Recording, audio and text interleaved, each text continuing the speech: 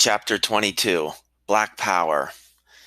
Didn't take long for the mutated racism to show up, but it also didn't take long for the mutated rebellion to meet that racism and look it square in the eye. Actually, it was met with a little more than a mean look. See, 5 days after the Voting Rights Act was signed into law, a social bomb exploded in the Watts neighborhood of Los Angeles when a police incident set off 6 days of violence.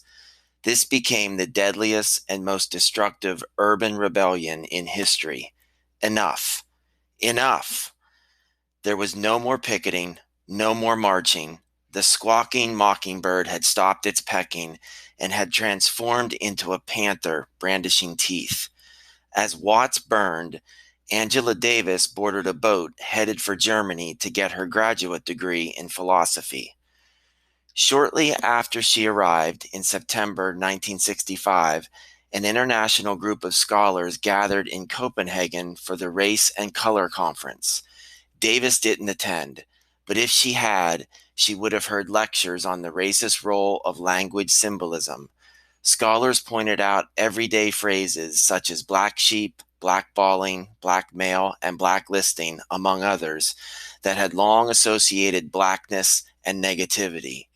Two other words could have been included, words that still exist today: minority, as if black people are minor, making white people major, and ghetto, a term first used to describe an undesirable area of a city in which Jewish people were forced to live. But in the racist context of America, ghetto and minority became synonyms for black, and all three of those words seemed to be knives. That is, until people like Stokely Carmichael showed up. Carmichael was born in Trinidad in 1941 and moved to the Bronx in 1952, the same year his idol, Malcolm X, was paroled from prison. In 1964, Carmichael graduated from Howard University.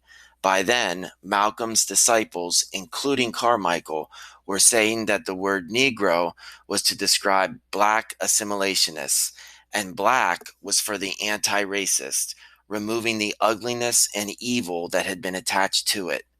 They were now passionately embracing the term black, which stunned Martin Luther King Jr.'s Negro disciples and their own assimilationist parents and grandparents, who would rather be called than black.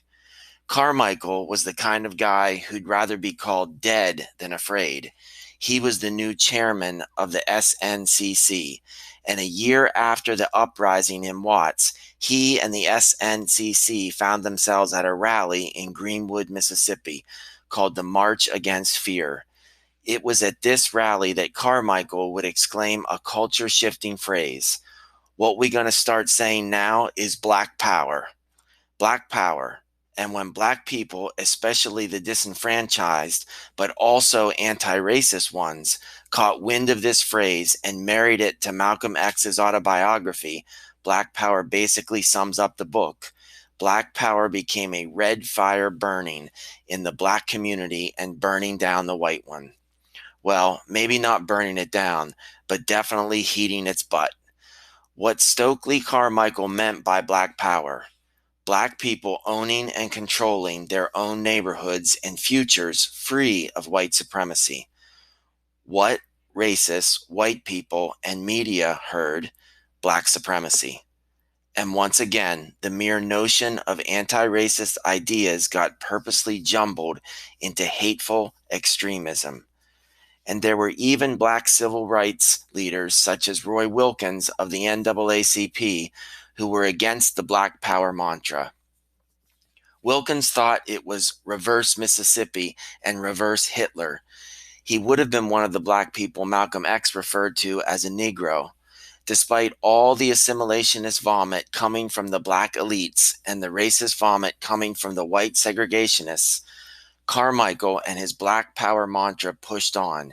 He traveled around the country speaking, building the movement. But another movement was sprouting up at the same time: Oakland, California. Two frustrated young men started their own two-man movement. They called themselves the Black Panther Party for self-defense. I'm sure you've seen the photos. These days, they're on t-shirts and posters, randomly plastered around places as if the Black Panthers were Disney. They weren't. The black hats and leather jackets, the sunglasses and guns, all were real. Huey P. Newton and Bobby Seale weren't characters. They were men fed up. So they composed a 10-point platform of things they were fighting for in the newly founded Black Panther Party for Self-Defense. The 10-point platform, paraphrased. Number 1, power to determine the destiny of our Black community. Number 2, full employment. Number 3, an end to the robbery of the Black community by the government. Number 4, decent housing. Number 5, real education. Number 6, for all Black men to be exempt from military service. Number 7, an immediate end to police brutality and murder of Black people. Number 8, freedom for all Black prisoners. Number 9, for all Black people on trial to be tried by a jury of their peers. Number 10, peace and Black representation in the United States. In the next few years, the Black Panther Party spread in chapters across the country, attracting thousands of committed and charismatic young community members. They policed the police, provided free breakfast for children, and organized medical services and political education programs, among a series of other initiatives. And with the Black Panther Party growling and the Black Power movement howling, Angela Davis was in Germany reading about it all. Finally, when she couldn't take being outside the action any longer, she packed up and moved back to America. It was the summer of 1967, and Angela Davis was bound for California, the University of California, San Diego to be exact. And as soon as she got there, she settled in and ramped up the Black Power movement, immediately starting a Black Student Union, BSU, on campus. Wherever there were Black students, they were building BSUs or taking over student governments, requesting and demanding an anti-racist and relevant education at historically Black and historically white colleges. All sorts of different minds engaged with Black Power. Separatists, Pan-Africanists, and everything in between. Black Power even appealed to the face of the civil rights movement. That's right, even Dr. King in 1967 was turning away from assimilationist thought in the same way W.E.B. Du Bois had later in his life. Dr. King had now realized that desegregation was good only for elite Black people, while everyone else was harmed by it. It left millions drowning in poverty. So King switched gears and started planning the Southern Christian Leadership Conference's Poor People's Campaign. His goal was to bring poor people to Washington, D.C. in order to force the government to pass an economic Bill of Rights, committing to full employment, guaranteed income, and affordable housing, a bill that sounded a lot like the economic proposals in the Black Panther Party's 10-point platform. Of course, King was criticized by his own people. Of course, white rage and fear sparked up. Too many protests, civil rights, poor people, Vietnam War. Too many protests. Of course, there was a moment in the media, a pop culture phenomenon like the birth of a nation or Tarzan, to send a message to white people to take up arms and be afraid, and also to send a shock through the confident backbone of Black America to remind them of their place. This time, in 1968, the movie was called Planet of the Apes. Here's the basic plot. Number 1, white astronauts land on a planet after a 2,000-year journey. Number 2, apes enslave them. Number 3, turns out they're not on a faraway planet at all. They're on Earth. Number 4, no!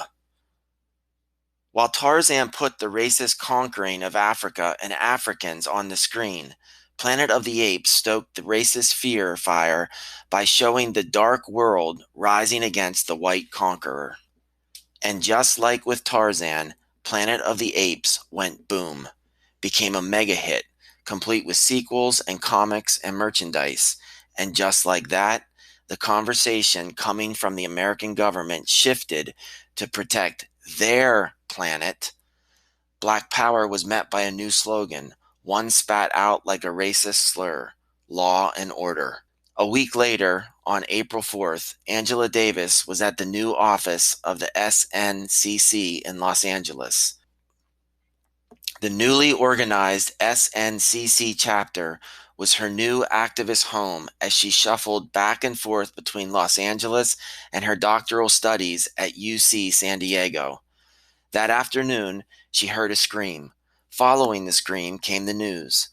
Dr. King, after giving a speech that referenced a human rights revolution, had been shot dead.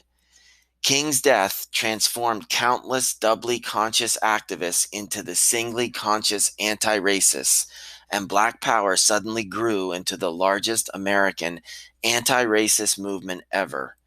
There was a shift happening. James Brown made a song that insisted everyone say it loud: I'm black and I'm proud.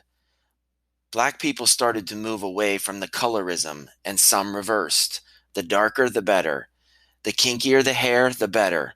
The more African the clothing, the better. From 1967 to 1970, Black students and their hundreds of thousands of non-Black allies compelled nearly 1,000 colleges and universities spanning almost every U.S. state to introduce Black studies departments, programs, and courses. The demand for Black studies filtered down into K-12 schools, too, where textbooks still often presented African Americans as subhuman, happy slaves. Early Black studies intellectuals went to work on new anti-racist textbooks. Black studies and Black power ideas in general also began to inspire anti-racist transformations among non-Blacks. White hippies who had been anti-Vietnam War had now begun pledging to try to strip the influence of racism from white Americans. Puerto Rican anti-racists and the emerging Brown Power movement, which also challenged the color hierarchy. And while the movement continued to grow, Angela Davis was dipping her toe in different waters. See, the Black Power movement wasn't perfect, of course, and though it had a righteous cause, it was still sexist. Men ran it all. Women were pushed to the back, like they'd been in every racial liberation movement in history. So Davis started seriously considering joining the Communist Party, which at the time was feared by the American government, who thought that the communists and the communism, which was rooted in ending social classes, would overthrow democracy. Davis, a subscriber to the communist ideals of revolution, felt the Communist Party hadn't paid enough attention to race. But there was a collective of communists of color that did. The Che Lumumba Club. They were all it took to push over the edge and join the party. Her first role was working on the campaign for the first Black woman to run for the U.S. presidency, the Communist Party candidate Charlene Mitchell. In the 1968 presidential election, Mitchell squared off against Lyndon Johnson's vice president, Hubert Humphrey. Richard Nixon ran on the Republican ticket. His innovative campaign would reveal the future of racist ideas.